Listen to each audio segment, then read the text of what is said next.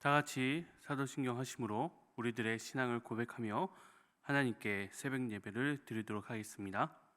전능하사 천지를 만드신 하나님 아버지를 내가 믿사오며 그 외아들 우리 주 예수 그리스도를 믿사오니 이는 성령으로 잉태하사 동정녀 마리아에게 나시고 본디오 빌라도에게 고난을 받으사 십자가에 못 박혀 죽으시고 장사한 지 사흘 만에 죽은 자 가운데서 다시 살아나시며 하늘에 오르사 전능하신 하나님 우편에 앉아 계시다가 저리로서 산자와 중자를 심판하러 오시리라. 성령을 믿사오며 거룩한 공회와 성도가 서로 교통한 것과 죄를 사하여 주신 것과 몸이 다시 사는 것과 영원히 사는 것을 믿사옵나이다. 아멘.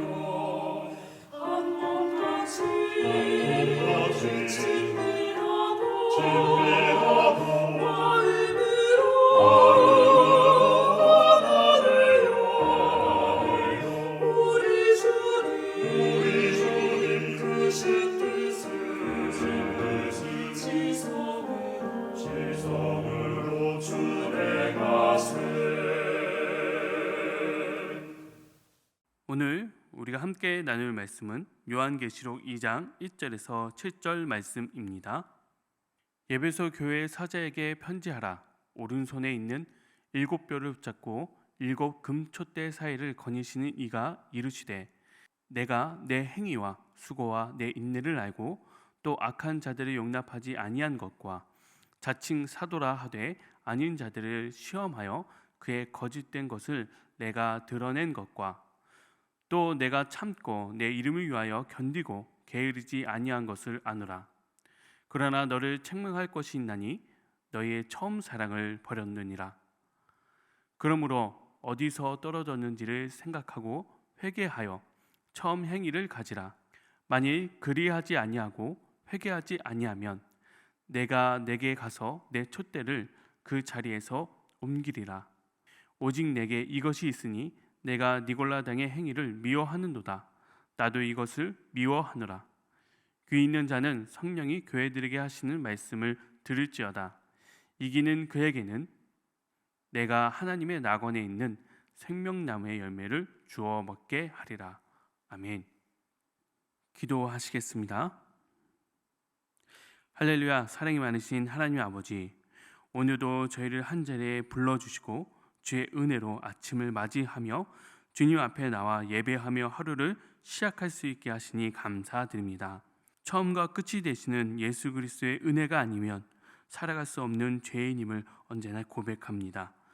주님의 그 십자가의 보혈의 은혜로 하루를 살아가는, 그래서 기쁨과 감사가 넘치는 하루하루가 될 수 있도록 주여 인도하여 주옵소서.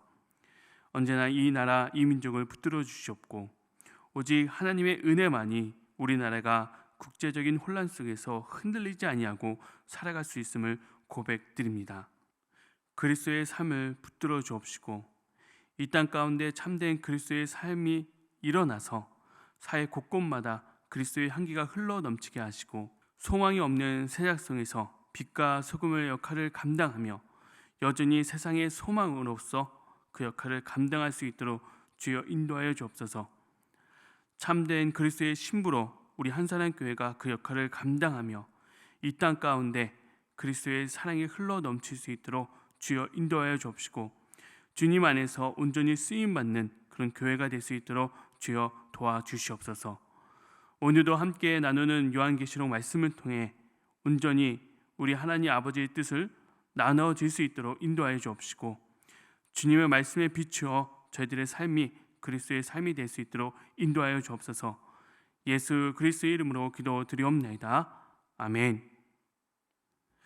오늘 우리가 함께 나눌 말씀은 요한계시록 2장 1절에서 7절 말씀입니다. 오늘 본문 말씀은 칭찬과 책망 그리고 회개와 약속의 구조로 되어 있는데요. 에베소 교회에 대한 말씀이죠.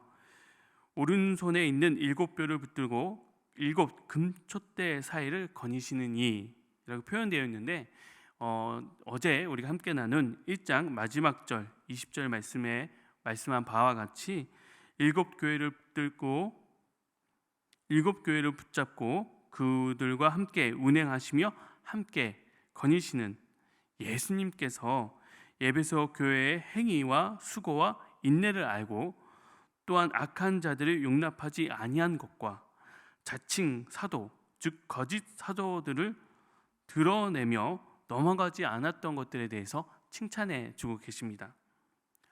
실제로 이 에베소 교회는 고대 소아시아, 지금의 터키 서부 중심에 있는 도시인데요. 그 당시 아데미라는 여신의 거대한 신전이 있었던 곳이기도 합니다.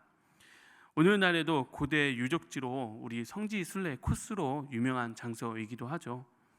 또한 로마 황제 숭배가 활발했던 도시이며 특히 도미티안 황제 때에는 에베소에 황제 신전을 세울 정도로 황제 숭배가 성행했다고 합니다. 이러한 여러 가지 외부의 어려움 속에도 에베소 교회 성도님들은 믿음을 지킨 것입니다. 에베소 교회는 사도행전 19장에서 또 20장에서 나온 것처럼 사도 바울이 3년 동안 목회 활동을 하며 세운 교회입니다. 사도 바울이 떠난 뒤에는 사도 바울의 제자인 디모데와 또 그 이후엔 사도 요한이 섬겼던 교회로 제대로 된 정통적인 신학과 신앙이 흘러갔을 것이라고 추측하고 있습니다. 더욱이 사도 바울이 에베소를 떠나면서 교회에게 이런 말을 했습니다. 사도행전 20장 29절에서 31절 말씀인데요.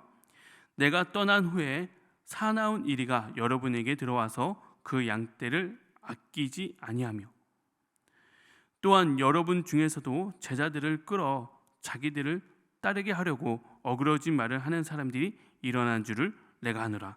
그러므로 여러분들이 일깨어 내가 3년이나 밤낮 쉬지 않고 눈물로 각 사람을 훈계하던 것을 기억하라. 에베소 교회는 이 바울의 경고를 진지하게 받아들였고 이후에 나타난 거짓 선지자들을 철저히 분별하고 대적하는 교회로 성장한 것입니다. 실제로 계시록에 언급했던 것처럼 어떤 이들이 스스로 사도라 칭하며 에베소 교회에 영향력을 미치려 했지만 에베소 성도들은 사도의 권위를 사칭한 거짓 일꾼들을 시험하여 거짓됨을 폭로했던 것입니다. 역사적으로 볼 때 1세기 말 소아시아 일대는 사도들의 권위를 빌어서 잘못된 가르침을 퍼뜨리는 이단들이 일어나기 시작했습니다. 단적인 예로 영지주의자들인데요. 이 영지주의자들은 세상과 육체는 악하고 오직 영적인 지식을 통해서만 참된 구원을 이룰 수 있다라고 주장한 사람들입니다. 그들은 예수님을 성육식을 배척했고 예수님은 그저 영적인 존재였다라고 믿곤 했습니다. 그리고 6절에 나오는 이 니골라 당도 비슷한 존재들이었는데요. 초대 교부들의 기록에 따르면 니골라 당은 하나님의 은혜를 악용하여 방종한 삶을 살도록 가르친 이단 집단이었다고 합니다. 2세기 교부 아레네우스는 니골라 당에 대해서 당시 예루살렘 교회에서 초대 집사로 임명되었던 니칼라오를 추종하는 자들로서 그들은 무질서한 방종한 삶을 살았다라고 기록하곤 했습니다. 그들은 우상에게 바치는 제물을 먹는 일이나 음행과 같은 큰 행위를 문제없이 허용하는 잘못된 교리를 가르쳤다라고 합니다. 이 영지주의자들이나 이 니골라당이나 다 그릇된 신념을 가지고 초대 교인들에게 아주 잘못된 이야기를 전파했던 것이죠.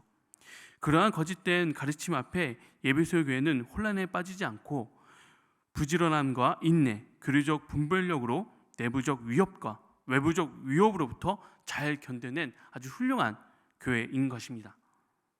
그런데 그런 교회가 아이러니하게도 첫사랑을 버린 것입니다. 저는 종종 쪽지 해와다이라는 월간 간행물을 읽곤 합니다. 혹시 여러분이 찬양 중에 낮에내처럼 밤엔 달처럼 이 찬양을 아시는 분이 계실지 모르겠어요. 낮에내처럼 밤엔 달처럼 그렇게 살 순 없을까? 뭐 이런 찬양이죠.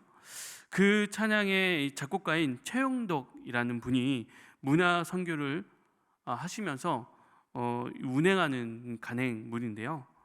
전국에 있는 그리스도인들의 소소한 글들을 모아 일기처럼 이런 에세이처럼 이제 적는 이 게시판에 글을 모아서 매달 출판하는 문서 선교지입니다. 그 쪽지 해와달에 있는 이 최영덕 간사님이 본인의 이야기를 쓰신 내용인데요. 결혼 7년째 아내가 하루는 당신과 같이 사는 게 지옥 같아요 라며 이혼을 요구했을 때 믿을 수 없었습니다. 저는 그때까지 바람을 피운 적도 없고 아내에게 폭력을 휘두르거나 욕을 한 적도, 술, 담배는 물론 도박을 한 적도 없는데 말입니다. 내가 지옥같이 삶을 살게 했다고? 그걸 누가 믿어? 그러나 결혼 10년째 하나님께서 제가 옳은 것, 경건하고 고상한 것으로 남들 보기엔 존경스럽기도 한 삶의 방식이나 태도로 가장 가까운 사람들을 질식시킬 수도 있다는 것을 깨닫게 하셨습니다. 같은 종류의 옷 2벌 이상 안 가지기, 내 이름으로 된 부동산 안 가지기, 저작권 주장하지 않기 등 지나친 청빈, 결벽증과 같은 철저한 자기관리, 나만 그렇게 살 뿐 아니라 같이 사는 사람에게도 그것을 강요하는 것이 또 다른 무서운 폭력일 수도 있다는 것을 깨닫게 하셨습니다. 예수님의 말씀을 쫓아 아주 무서울 정도로 자신의 삶을 엄히 다루다 보니 정작 자신이 돌봐야 할 가족들을 돌보지 못한 것이죠. 오늘 본문을 묵상하며 저는 이 에베소 교회가 이러한 상황에 맞닥뜨리게 된 것은 아닌가라는 생각을 하게 되었습니다. 예수님의 복음을 지키고 예수님의 복음을 이 외부, 내부의 위협으로부터 견디는 것이 앞선 나머지 결국 예수님을 사랑하는 그 마음을 저버리는 우를 범하고 만 것이죠. 에베소 교회는 아마도 예수님에 대한 초기의 열정과 서로에 대한 사랑의 순수함이 점차 식어져 버린 것으로 추정됩니다. 예수님께서는 여기서 잃어버렸다가 아니라 버렸다라고 표현합니다. 이 사랑의 식어짐이 어느 날 갑자기 일어난 실수가 아니라 서서히 그리고 의도치 않게 일어난 영적 퇴보라는 것을 이야기하는 것이죠. 겉으로 보기엔 여전히 헌신과 봉사가 왕성하고 교리적으로 빈틈이 없었기에 교인들이나 외부적으로는 눈치채지 못했을지도 모릅니다. 모든 것이 겉으로 보기엔 훌륭했을지 모르겠으나 예수님은 문제의 핵심을 꿰뚫어 보신 것이죠. 그래서 우리가 언제나 십자가 앞에서 우리 자신을 돌아봐야 할 이유가 여기에 있는 것입니다. 다행인 것은 5절에 회복의 방법을 말씀해 주고 계십니다. 5절 말씀을 새 한글 성경으로 보면 그러므로 너는 내가 어떤 상태에 있다가 떨어져 나갔는지를 기억해내서 회개하라 라고 표현하고 있습니다. 어디에서 떨어졌는지 생각하라라고 번역된 이 말씀을 직역하자면 기억하라 라고도 표현할 수 있습니다. 처음 믿었던 그 마음과 자세, 예수님의 복음의 말씀에 대한 그 순수한 기쁨, 그 기쁨과 감사가 의무가 되고 족쇄가 되고 무겁게 짓누르는 또 하나의 나만의 철칙이 되어버린 그 시기를 기억하라는 겁니다. 그리고 회개하라고 말씀해 주고 계십니다. 회개하고 처음에 하던 일을 하라. 회개가 곧 돌아섬까지 의미한다면 예수님은 지금 진정한 회개를 해서 돌아서는 그 행위까지 그 수준까지 이르라고 말씀해 주고 계신 것입니다. 우리가 계속해서 요한계시록을 보면 이 무서운 심판에 대한 이야기를 들을 수 있습니다.